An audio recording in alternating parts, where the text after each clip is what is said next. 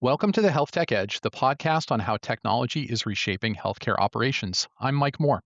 Today, I'm joined by Michelle Mello. Dr. Mello is a professor of law at Stanford Law School and a professor of health policy at Stanford Medicine. She's also the lead author of a recent health affairs paper on AI and utilization review titled The AI Arms Race in Health Insurance Utilization Review Promises of Efficiency and Risks of Supercharged Flaws. The paper examines how AI is being used in prior authorization and claims processing, why adoption is accelerating so quickly, and where the real risks emerge as these systems scale. Michelle also works on real world AI assessments inside Stanford Healthcare, so this conversation is grounded in what actually is happening in healthcare, not just theory. Michelle, welcome to the podcast. Thank you. It's great to be here.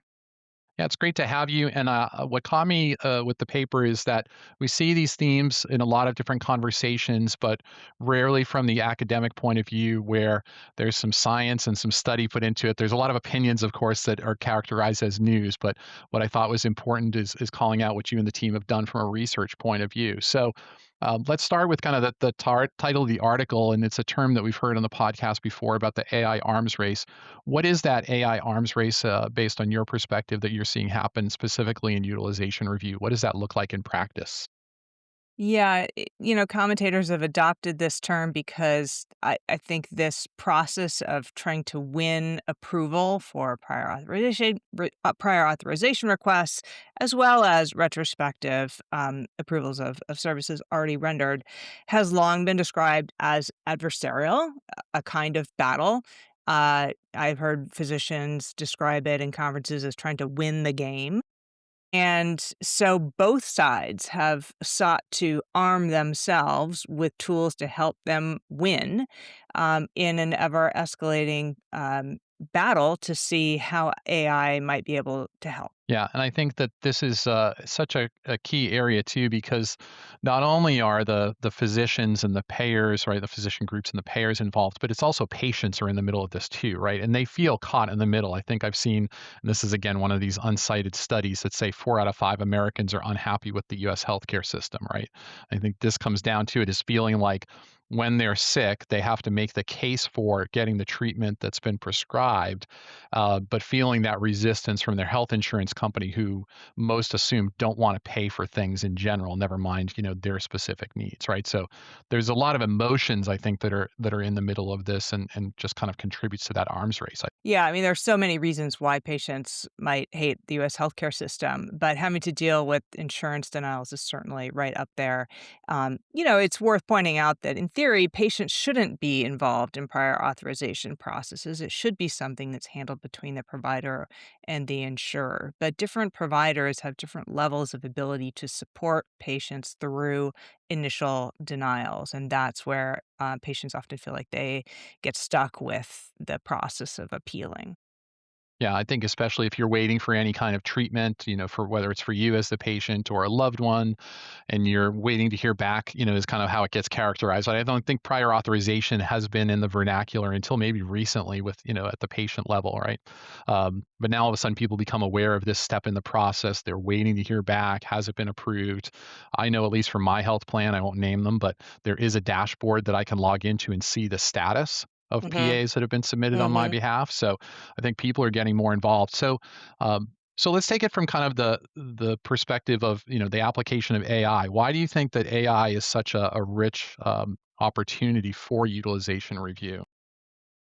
Well, I think that especially in this early age of AI where we're still getting comfortable with its accuracy and our ability to really let down our guard and rely on it, there's a lot of appeal around applying it to tasks that seem kind of low level in terms of the amount of human brain power that needs to be involved most of the time. There's also a natural appeal in applying it to tasks that are highly repetitive and high volume, and for that reason, costly to support, whether the cost is in terms of hiring additional people to do it or having to do it yourself and have your time siphoned away from clinical practice. So it's a very good fit, at least in principle, for things that we would like AI to be able to do for us, to take away the drudgery, the irritating tasks, the tasks that, as doctors might say, just kind of suck my will to live. And from the insurer side, to cut costs around a process that, if humans are involved, can cost them $40 or $50 a claim for the most complex cases. So do you feel like there are parts of the process that are better suited for AI and some that are not? I think that's part of what you were pointing out in the paper is that, we can't just apply AI. I'm not going to put words in your mouth. You can correct me on this, but we don't want to apply AI universally and just turn over control. Obviously, there is that human in the loop factor that's often referred to. But if we break up the process, are there pieces where you feel AI is more appropriate than others where it introduces more risk to the process? Yeah, I'd say a couple of things. One is, there are different kinds of tasks involved in evaluating prior auth requests. I sort of blanket characterize this as being relatively low human brain power, but there are distinctions between, for example, requests that just involve simple coverage matching, like was this person on our health plan on January 2nd of this year, and did they have coverage for 21 physical therapy visits and not just 20? That seems like a great target for AI. And then second, alongside that, you know, even cases that do involve medical necessity determinations, which are harder, involve more assembly of information and more judgment. Uh, I think something that gets lost in the public debates about this issue is that most of those are going to be approved. They're gonna be yeses, and they're gonna be yeses because there's really not any dispute. If you've the information is readily available in the medical record to support those requests. And so again, like, making it faster to get to yes seems like a great use of AI, and in doing so, we can then conserve human reviewers within health insurance companies for the hard cases, which are cases where it's not easy for AI to immediately say yes. Right. I think that's also I believe, the government stepping in some of these areas, right? If you review for a particular diagnostic code that, you know, greater than 90% of the time it's approved, then why are we putting everyone through prior authorization processes for Well, these that's things, a right? that's a great and separate question. So, one of my concerns about involving AI here is it makes it cheaper to do the wrong thing. Uh, if you think that prior authorization, just as a whole concept, is overused, as I believe it probably is, this makes it easier to perpetuate that. But indeed, if we are saying yes almost all the time for a service, especially a relatively inexpensive service, why are we putting physicians and patients through this in the first place for that particular service? Right. Yeah, I think that's a key piece. Again, going back to the overall orchestration of all these pieces across physicians and payers and the patients, again, who I feel are caught in the middle, is that if we're always likely to say yes, then having something more streamlined for that process. And I think to your point too, there is kind of the piece of it. We talk sometimes on the podcast about helping clinicians operate at the top of their license, right? That there's a lot of administrative pieces that don't necessarily require their training and education and experience. They're administrative in nature, but still require that they participate in that. I think that's where a lot of the vendors are pulling in, different pieces. I know that's a part of your study, right? Is that you looked at vendors and how they kind of pull together Yeah. information. Of course, they're making promises about speed and efficiency and consistency and all of that. So, what role do you see vendors playing both today, or kind of where do you think they should be focusing in the future? Well, thinking about those that are marketing to the provider side, I mean, they are really noticing important opportunities to fix dumb problems in the prior auth process. Uh, Sometimes it is physicians putting in these requests. At a big organization like the one that I work at Stanford Healthcare, it's not the physician. The physician sort of says to somebody, "Hey, this thing needs to be done." And then we've got over 100 people, many of whom, may not be educated beyond the high school level. They certainly don't have clinical training at the lowest level, who are putting in these requests. And they're doing their very best to comb through a medical record, the volume of which may, for many patients, exceed, the length of Moby Dick, and find the clinical information that supports the medical necessity requests. AI is pretty good at looking through medical records and finding discrete, easily described pieces of information. So again, it seems very natural that vendors would be identifying this market opportunity.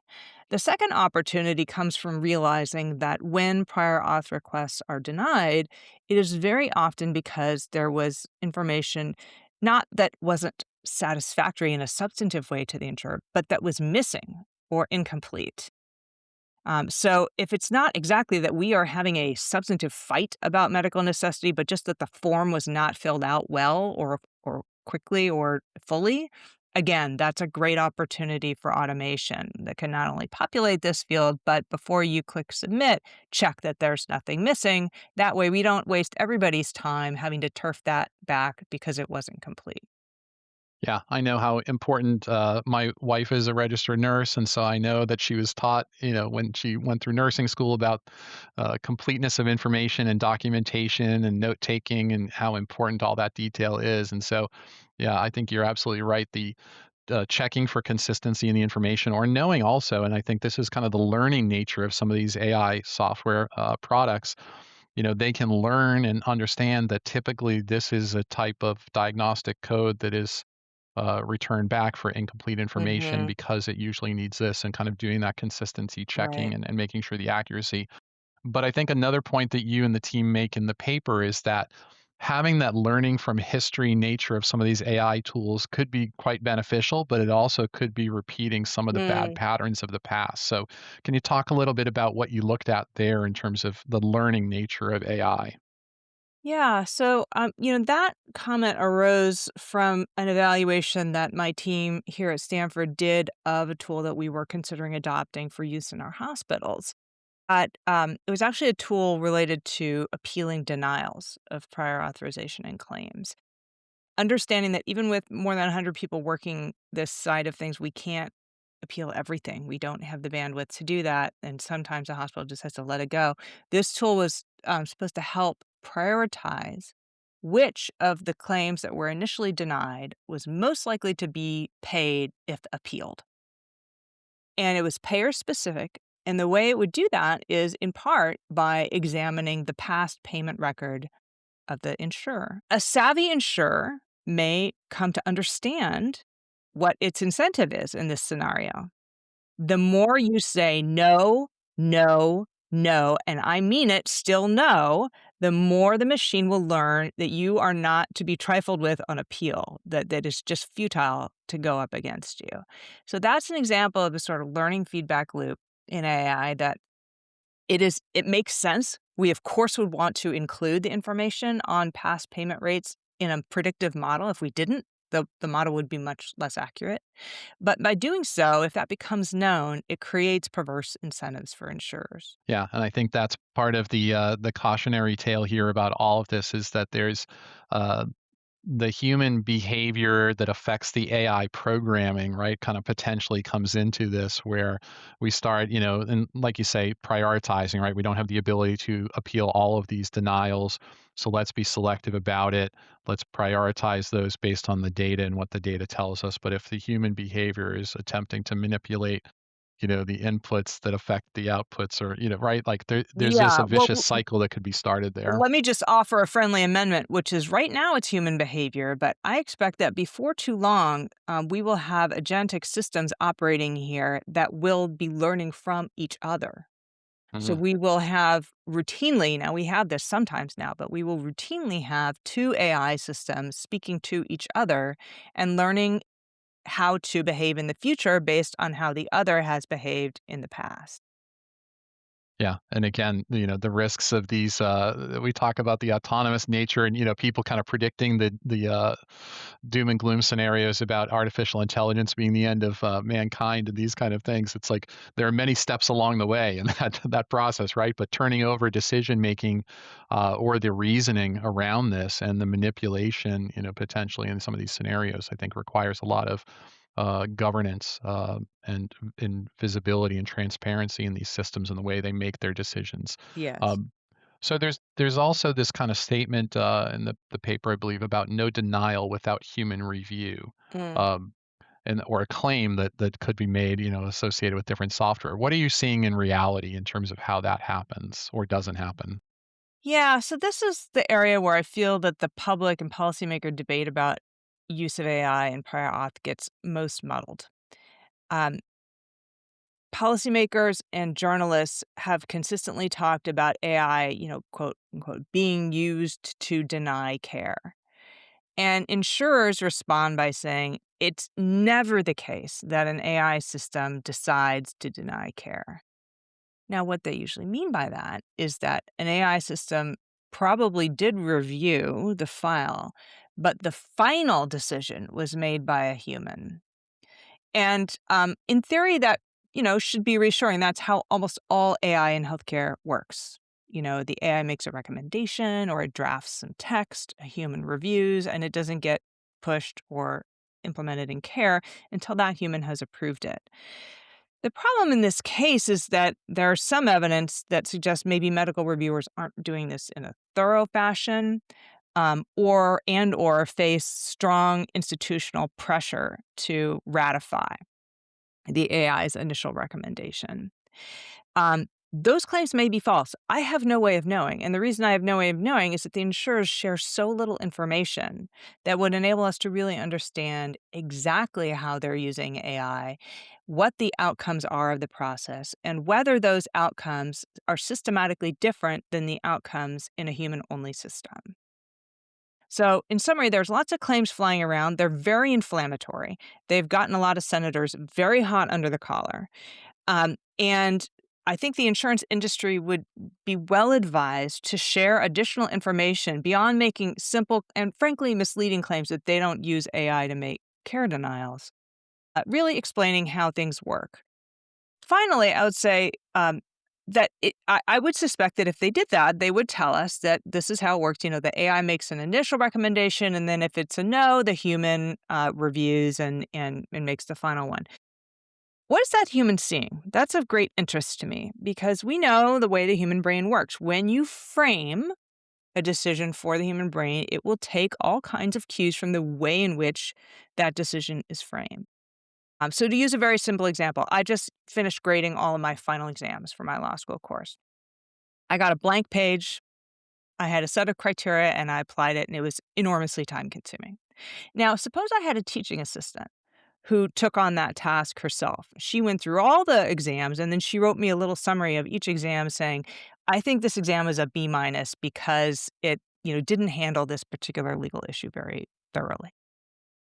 Don't you imagine that I might be influenced by that initial recommendation and that if we were to look over a large number of exams, my grading would probably look different than if I began with a blank page. So my recommendation to insurers is this: let when the AI has not been able to say yes, let the human reviewers begin with a blank page. That way you can truly say that AI didn't play a role in this claim denial, and you can create the best possible conditions for the human reviewer to give it a fair shake. Will it cost more than curating a file and then asking a human to ratify it? Yes, it will, but I think it's well worthwhile, especially when we consider again that this is just a small minority of all prior auth requests.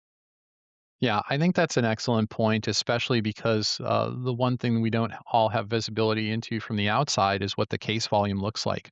Because I think that when people have a large volume of cases that they're supposed to look after within a given day or week or whatever the time period is through which they're managed, for their own employee performance expectations or what the backlog looks like, or in the case of things like prior authorization, the clock is ticking, right? There's a time frame that's mandated for the review Mhm.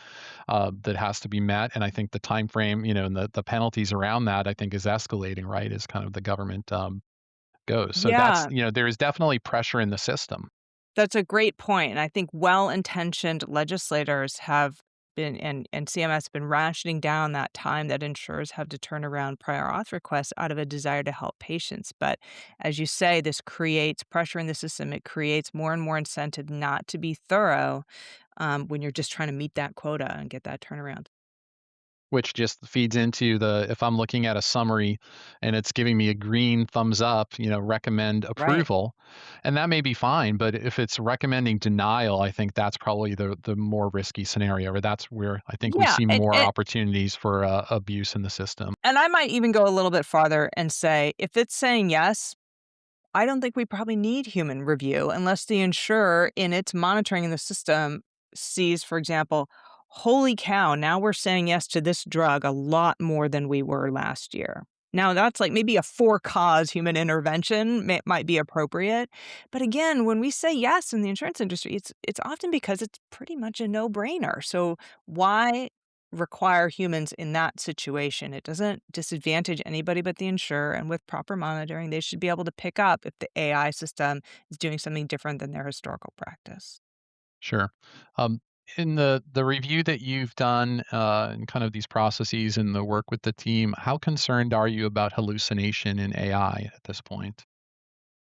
In general, I'm concerned. I don't have any information about how often it occurs in this specific context. Um, certainly when we look in other areas where AI is used to make sophisticated text, it is a very common problem. For example, in my field, in the legal field, about 1 in 6 AI generated, legal summaries or briefs contains a hallucination. So, I think but human editors, I think, are understandably on alert for those hallucinations. Here's the challenge in this specific context, though. Whereas, as a lawyer or as a physician, I'm in a pretty good position to be able to notice that something seems off and to go look it up and to have the sophistication and knowledge that enables me to do those things. Again, if we're talking about these prior auth requests being submitted by somebody who does not have clinical training, they may not be well situated to be a good supervisor and catch and correct those hallucinations unless they're obvious. Sometimes a man gets a uterus, attributed to him in a generative AI summary. That's an easy case, but for harder cases, I do worry about that. The insurer, of course, has an incentive to detect and correct these hallucinations on its end of when a provider submits one, and vice versa. So as long as we're kind of opaque about what the text is that we're objecting to, in theory, it should correct itself over time, unlike in other processes in medicine and law where there's no kind of other side that's checking this document before a decision is made. Yeah, it's I don't know if you're watching the show The Pit on HBO, but as we Yes. record this here in January of 2026, I think episode 2 of season 2 has just come Mhm. out, and they're using an ambient, or one of the doctors is using an ambient listening tool during an Right. exam, and then kind of showing that to some of the medical students there. And just like many things with The Pit, having watched the first season, these kind of little details in early episodes turn into, kind of bigger stories later on. So I'm interested to see where that piece of this goes. Mm. Uh, Yes, I mean, of course, none of these are foolproof.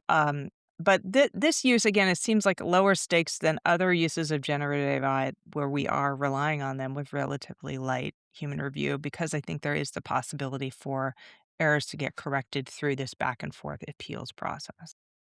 so let's talk a little bit about your hands-on experience there at Stanford. You want to tell us about the group that you're part of there, and kind of what your mission is within the system? Yeah, I run a group called the Healthcare Ethical Assessment Lab for AI, or HEAL AI for short. We are a publicly funded research lab. We do scholarly work, and we also have a role helping Stanford Healthcare, which is a multi hospital system that cares for over 1 million patients a year, evaluate many of the proposed AI tools that may be implemented in our facilities. Governance process has several different components, but we focus on trying to proactively spot and address ethical problems. And so when you see cases come in, I have to imagine that you have kind of a process that you work through, or checklists that you go through, that you evaluate. Do you want to talk a little bit about the process? Yeah, again, because these are kind of early days for healthcare AI in general, and understanding kind of what the ethical issues are that can arise from it, we have taken the approach of really consulting stakeholders in depth about what their values and concerns are around particular AI tools. So over time, we're starting to develop kind of mental checklists of things like, well, okay, if it's an insurance related tool, here's, 5 or 7 things that have come up in the past. We want to make sure we think about this. Um, but for many tools, it's the kind of first in class thing. And so what we do is interview patients. We have a learning community of Stanford patients and caregivers who have been trained in the AI fundamentals. They've been with us now for almost 18 months. We convene focus groups of these patients to talk through tools, again, focusing on what matters to patients, what they're worried about, what they're excited about, and what advice they would have for the institution. We also talk to people who will be the users of these tools. Sometimes they're active users, they're already piloting it, or sometimes they're prospective users. And they give us really valuable information about, first of all, how excited they are about the use case, how much benefit they think it could bring, but also thinking about their workflow. Um, how sanguine are they about the prospects for this tool, which is presumably performed pretty well in testing, to actually work out that well in practice? And again, there's just a number of interrupters of benefit that can occur because of the way it's being used or because of limitations in our capacity to provide various follow-up services to patients. And then we also interview people who are involved in developing the product, and or developing a plan to implement it at Stanford to make sure that it's a good, it's a solution that fits the problem well, and they've thought through workflow concerns. So we synthesize all this information and we generate a report to a high level committee at Stanford Healthcare, who then combines it with other considerations to make a decision about whether to greenlight use of this tool. So based on your experience and some of the real cases that have come in with different solutions being proposed, have you identified kind of a single biggest mistake or a couple of key mistakes that you see leaders or that you want to advise other leaders to avoid as they're kind of considering making progress? I think a lot of organizations have a big agenda around making some big steps forward with AI in 2026. So, what are some things you think they could Yeah, avoid? it's a great question. I think a lot of the potential problems that we end up focusing on relate to workflow, that, our assumptions about how the humans interacting with this tool are going to behave realistic given the demands of their job.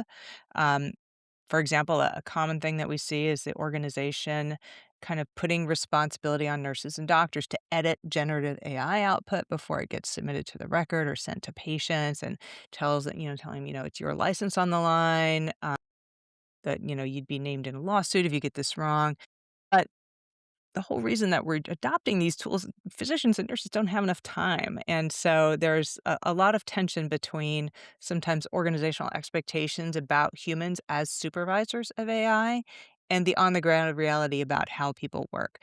And that's certainly a problem that applies to the insurance tools that we've been discussing. Again, not only do we have possible gaps in their clinical expertise, but organizational incentives that may push them to go fast, to ratify initial AI decisions or not depart from them very often, and various other pressures. So that's certainly a big one. Yeah, I think we've talked on the podcast in past episodes about pajama time, right? Those evening hours when clinicians are spending time editing notes or updating charts and those kind of things. And, this goal of reducing it to try to relieve some of that burden. But I do think it's an excellent point that there how do we distribute that work elsewhere, to the appropriate individuals, right? And kind of maximize again, helping people operate at the top of their license or even for non-licensed professionals, giving them tools to better execute on whatever piece of the puzzle that they have. Yeah, I guess I'm not optimistic that can be delegated to other humans, but I think that with more study and monitoring, we can often develop a good sense of where the failure modes are in the product. Like, what kinds of patients or decisions does it really just kill, like, it does it really well. We can go to bed and rest easy without spending a lot of time reviewing that decisions. And then where does it maybe underperform a little bit, or we have reason to think it might underperform? So to go back to your AI scribe example for, just to touch on that, I think these things, tend to work really, really well when you've got a single person in the room with a physician.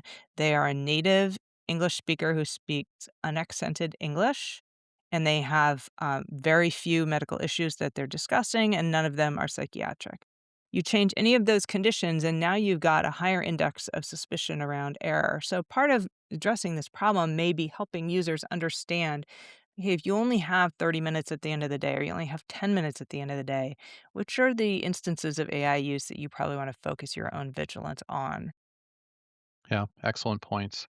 Well, Michelle, thank you so much for providing your insights and sharing both your research and your hands-on experience. I think it's been really insightful and very practical, as well as the advice you share at the end here about where to focus. And I also think the work that you're doing with the team in interviewing various stakeholders, including the patients themselves, and as well as the people who will use the tools, not just the people making selections, sitting in some nice office chairs somewhere, but the people behind the nurse's desk or out on the floor is really helpful. So we'll go ahead and put a link to the paper that we've mentioned, as well as to the Healthcare Ethical Assessment Lab for AI in the show notes. So if people want to look at both of those pieces of information, they can. So with that, we'll thank everyone for listening to Health Tech Edge. If the episode helped you think differently about AI and governance, please go ahead and share it with someone who's responsible for those decisions inside your organization. And with that, we'll go ahead and sign off. Michelle, thanks again for joining us today. Thanks very much.